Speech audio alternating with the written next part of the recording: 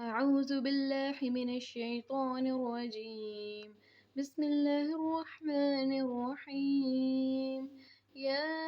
أيها الناس اعبدوا ربكم الذي خلقكم والذين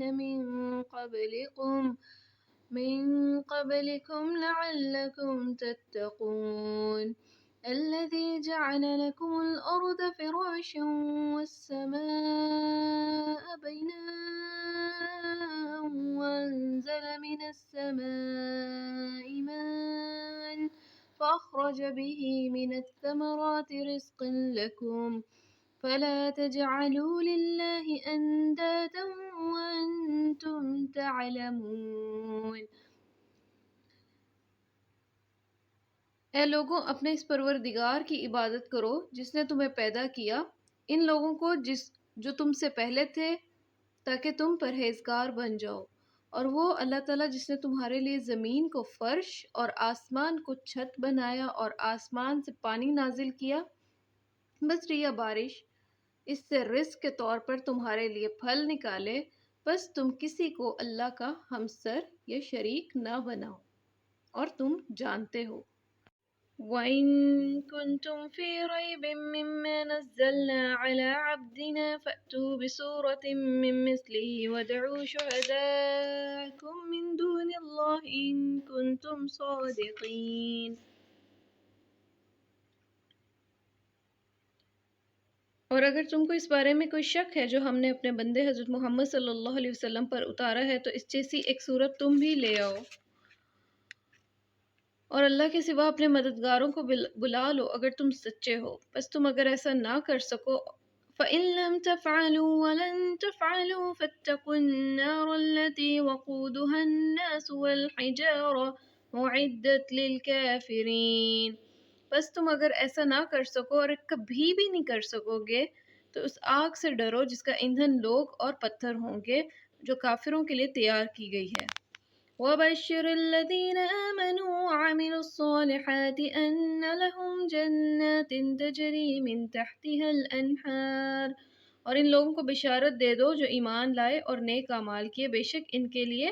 باغات ہیں جن کے نیچے سے نہریں بہہ رہی ہیں۔ كُلَّمَا رُزِقُوا مِنْهَا مِن ثَمَرَةٍ رِّزْقًا قَالُوا هَٰذَا الَّذِي رُزِقْنَا مِن قَبْلُ وَأُتُوا بِهِ مُتَشَابِهًا وَلَهُمْ فِيهَا أَزْوَاجٌ مُّطَهَّرَةٌ وَهُمْ فِيهَا خَالِدُونَ۔ جب بھی انہیں کوئی پھل دیا جائے گا اس میں سے تو وہ کہیں گے یہ تو وہی ہے جو ہمیں اس سے قبل دیا گیا تھا، اور انہیں ملتے جلتے پھل دیے جائیں گے، اور وہاں ان کے لیے اس میں پاکیزہ بیویاں ہوں گی اور وہ اس میں ہمیشہ رہیں گے۔ إِنَّ اللَّهَ لَا يَسْتَحْيِي أَن يَضْرِبَ مَثَلًا مَّا بَعُوضَةً فَمَا فَوْقَهَا فَأَمَّا الَّذِينَ آمَنُوا فَيَعْلَمُونَ أَنَّهُ الْحَقُّ مِن رَّبِّهِمْ وَأَمَّا الَّذِينَ كَفَرُوا فَيَقُولُونَ مَاذَا أَرَادَ اللَّهُ بِهَٰذَا مَثَلًا يُضِلُّ بِهِ كَثِيرًا وَيَهْدِي بِهِ كَثِيرًا وَمَا يُضِلُّ بِهِ إِلَّا الْفَاسِقِينَ۔ بے شک اللہ نہیں شرماتا کہ وہ مچھر یا اس سے بڑھ کر کسی چیز کی مثال بیان کرے، بس جو لوگ ایمان لائے وہ جانتے ہیں کہ یہ بات ان کے پروردگار کی طرف سے حق ہے، اور جو کافر ہوئے وہ کہتے ہیں کہ ان مثالوں سے اللہ تعالیٰ کیا چاہتا ہے، وہ اس کے ذریعے بہت سے لوگوں کو گمراہ کرتا ہے اور وہ بہت سے لوگوں کو ہدایت دیتا ہے، اور سوائے فاسقوں کے کسی اور کو گمراہ نہیں کرتا۔ الذين ينقضون عهد الله من بعد ميثاقه ويقطعون ما أمر الله به أن يوصل ويفسدون في الأرض أولئك هم الخاسرون۔ جو لوگ اللہ تعالیٰ کے عہد کو اس کے پختہ ہونے کے بعد توڑتے ہیں اور جس چیز کو اللہ جوڑنے کا حکم دیتا ہے اس کو قطع کرتے ہیں اور زمین میں فساد کرتے ہیں، یہی لوگ نقصان اٹھانے والے ہیں۔ کیف تکفرون باللہ وکنتم امواتا فاحیاکم ثم یمیتکم ثم یحییکم ثم الیہ ترجعون۔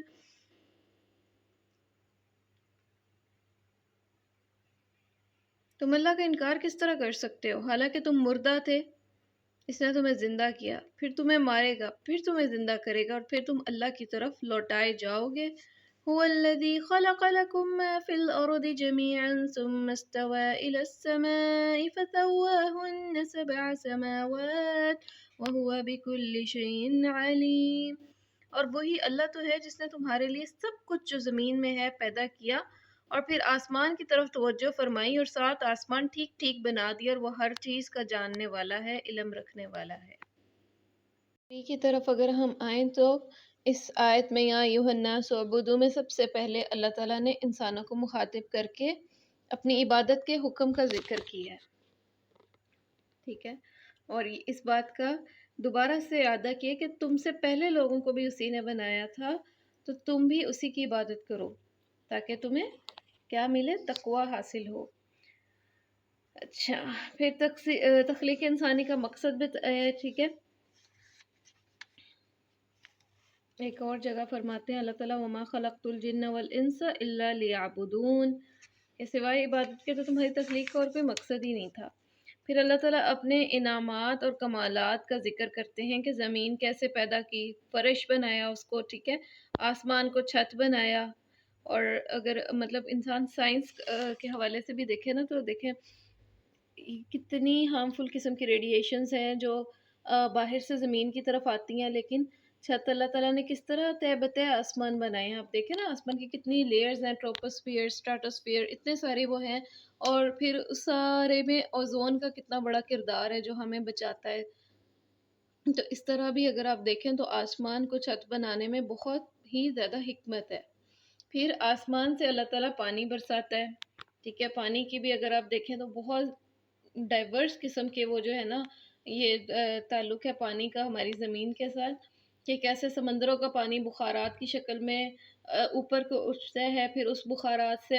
بادل بنتے ہیں، ان بادلوں کے اندر پھر کنڈنسیشن کا پروسیس ہوتا ہے اور اس سے پھر بارشیں ہوتی ہیں۔ اچھا، پھر اللہ تعالیٰ زمین سے رزق اور پھل پیدا کیے جانے کے بارے میں ہمیں بتاتے ہیں کہ یہ اللہ ہی ہے جو اس کو بناتا ہے، اور سورہ واقعہ میں ہے نا اللہ تعالیٰ کہتے ہیں افرأیتم ما تحرثون، کیا تم اس کو اگاتے ہو، تم اس کو جو ہے کرتے ہو، انتم یا تم نے اس کو دیکھا نہیں جو تم بوتے ہو، انتم تزرعونہ ام نحن الزارعون، تو جو تم بو دیتے ہو اس کو ہم اگاتے ہیں یا تم اگاتے ہو۔ اگر دیکھا جائے تو واقعی جو ایک بیج بھی کوئی انسان ڈالتا ہے، کسان ڈالتا ہے، وہ تو اس کو فصل اٹھانے پہ قادر نہیں ہوتا، اس میں سے فصل تو اللہ تعالیٰ نکالتے ہیں۔ پھر اللہ نے شرک سے بچنے کا جو ہے وہ تلقین کی ہے۔ اس کے بعد اللہ تعالیٰ ایک چیلنج دیتے ہیں، ٹھیک ہے، یہ اعجاز القرآن ہے، یعنی قرآن کا بہت بڑا معجزہ ہے کہ قرآن بار بار چیلنج دیتا ہے، اور یہاں پہ تو ہے نا کہ وَإِن كُنتُمْ فِي رَيْبٍ مِّمَّا نَزَّلْنَا عَلَىٰ عَبْدٍ فَأْتُوا بِسُورَةٍ مِّن مِّثْلِهِ، کہ اگر تمہیں شک ہے تو تم ایک صورت ہی بنا لو، تو کافر یہ چیلنج نہیں پورا کر سکے تھے، تو اللہ تعالیٰ نے مختلف جگہوں پہ کہا، کہیں کہا 10 آیتیں ہی بنا لو، کہیں پھر کہا کہ تم ایک آیت ہی بنا لو، تو وہ ایک بھی آیت نہیں بنا کے لائے تھے۔ اس پہ نا ایک صحابی نے سورہ کوثر، سب سے چھوٹی صورت ہے نا انا اعطیناک الکوثر، وہ خانہ کعبہ کے دروازے پہ لٹکا دی تھی خانہ کعبہ کے ساتھ، کہ اگر جو ہے عرب کے مشہور ترین بڑے بڑے شعراء ہیں ان میں سے بھی کوئی کوشش کرنا چاہے تو دیکھ لے، کہ اس جیسی 3 آیتیں چلو کوئی بنا کے لے آئے، لیکن کوئی شاعر بڑے سے بڑا بلند پایا عرب کو بڑے اپنی زبان دانی پہ فخر تھا، وہ پھر بھی نہیں کر کے لا سکے تھے۔ اسی وجہ سے تو وہ دوسروں کو اجمی کہتے تھے، اجمی کا مطلب ہے گونگا، یعنی وہ باقی دنیا کے لوگوں کو عربوں کے علاوہ گونگا سمجھتے تھے، اتنا ان کو اپنی زبان دانی پہ، اپنے بول چال پہ، اپنے شعر و شاعری پہ، ادبی ذوق پہ اتنا فخر تھا، لیکن وہ ایک بھی صورت بنا کے نہیں لا سکے۔ یہ بھی قرآن کا ایک بہت بڑا معجزہ ہے، ٹھیک ہے، اور اللہ تعالیٰ نے تو ان کو کھلا چیلنج دے دیا کہ اگر تم ایسا کر سکتے تو کر لو اور اپنے حمایتی بھی لے آؤ، ٹھیک ہے، اور اگر تم نہیں کر سکو گے تو پھر اگر تم اس چیلنج میں فیل ہو گئے تو تمہیں کیا ملے گا، جہنم کی آگ جو جس کا ایندھن انسان اور پتھر ہوں گے، ٹھیک ہے۔ پھر یہاں پہ کفار کی بے بسی، وہی بات کہ وہ نہیں لے کے آئے تھے، سورہ کوثر کا میں نے آپ کو بتا دی کہ خانہ کعبہ میں ایک صحابی نے لٹکا دیا تھا سورہ کوثر کو لکھ کے۔ اچھا، پھر ہے وَبَشِّرِ الَّذِينَ آمَنُوا وَعَمِلُوا الصَّالِحَاتِ، کہ ان لوگوں کو خوشخبری دو جو ایمان لائے، عمل صالح کیا. کس چیز کی؟ ایسی جنتوں کی جن کے نیچے نہریں بہ رہی ہیں، اور ان میں ایسا پھل ہوگا جو کھا کے دیکھیں گے وہ، جب ان کو دیا جائے گا تو وہ کہیں گے کہ یہ تو ہم نے دیکھا تھا، یعنی وہ دنیا کے پھلوں سے ملتی جلتی اس کی شکل ہوگی. اور اللہ تعالیٰ کہتے ہیں کہ متشابہن بہا، وہ اس جیسا ہوگا، اور اس میں ان کے لیے کیا ہوگی؟ مزید پاکیزہ بیویاں. ٹھیک ہے، اور یہ ابدی رہنے والی ہمیشہ ہمیشہ کی نعمتیں اور زندگی ہے. پھر اللہ تعالیٰ کہتے ہیں ان اللہ لا یستحی ان یضرب مثلا ما بعودۃ فما فوقها، کہ اللہ نہیں شرماتا اس بات سے کہ وہ مچھر مکھی یا کسی چھوٹی حقیر چیز کی مثال دے دے. ٹھیک ہے، اس سے کیا ہوتا ہے کہ جب اللہ تعالیٰ ایسی مثال دیتے تھے، یہ مذاق اڑاتے تھے کفار کے، لو جی اللہ تعالیٰ کو مچھر ہی ملا تھا مثال دینے کے لیے. تو اللہ تعالیٰ کیا کہتے ہیں کہ ایسی مثالیں تو اصل میں آزمائش ہیں. اللہ کی مرضی، وہ جس طرح کی جیسی مثال دے. لیکن مومنین جو کیا ہوتے ہیں، ان کے تو ایمان میں اضافہ ہی ہوتا ہے، لیکن جو فاسقین ہیں وہ کیا ہے، ان کے کفر میں اضافہ ہوتا ہے. اور یہ فاسق لوگوں کی ان کی کچھ نشانیاں اللہ نے بتائیں کہ کون سی نشانیاں، کہ عہد کو توڑتے ہیں، قطع تعلقی کرتے ہیں، زمین میں فساد پھیلاتے ہیں، اور ان کے لیے ہمیشہ ہمیشہ کا نقصان اور خسارہ ہے. پھر اللہ تعالیٰ دوبارہ سے جو ہے نا اعادہ کرے اس بات کا، دوبارہ سے دلیل دیتے ہیں کہ تم اللہ کے تم کفر کر ہی کیسے سکتے ہو جبکہ تم امواتن، تم مردہ تھے. ٹھیک ہے، دنیا میں آنے سے پہلے تو ہم کچھ بھی نہیں تھے نا، ہم تو بے جان کوئی چیز تھے. تو اللہ نے ہمارے اندر روح پھونکی، فاحیاکم، پھر ہمیں تمہیں زندہ کر دیا، ثم یمیتکم، پھر تمہیں مار دے گا، ثم یحییکم، مرنے کے بعد، قبروں میں جانے کے بعد قیامت کے دن پھر تمہیں اٹھائے گا، ثم الیہ ترجعون، اور تم اس کی طرف لوٹائے جاؤ گے. تو یہ توحید کے دلائل میں سے ہے. ٹھیک ہے، جو انسان اللہ کو نہیں مانتا، کیا اس کو موت نہیں آتی؟ 1000 سال بھی جی لے تو بلاخر مرنا تو اس کو پڑتا ہی ہے. ٹھیک ہے، تو یہ توحید کے دلائل میں سے یہ والی آیت ہے کہ پہلے تم مردہ تھے، پھر اس نے تمہیں زندہ کیا، پھر وہ تمہیں مارے گا اور پھر تمہیں زندہ کرے گا. کہ تمہارے پاس کوئی اختیار نہیں ہے، بلاخر لوٹ کے تم نے اسی کی طرف جانا ہے.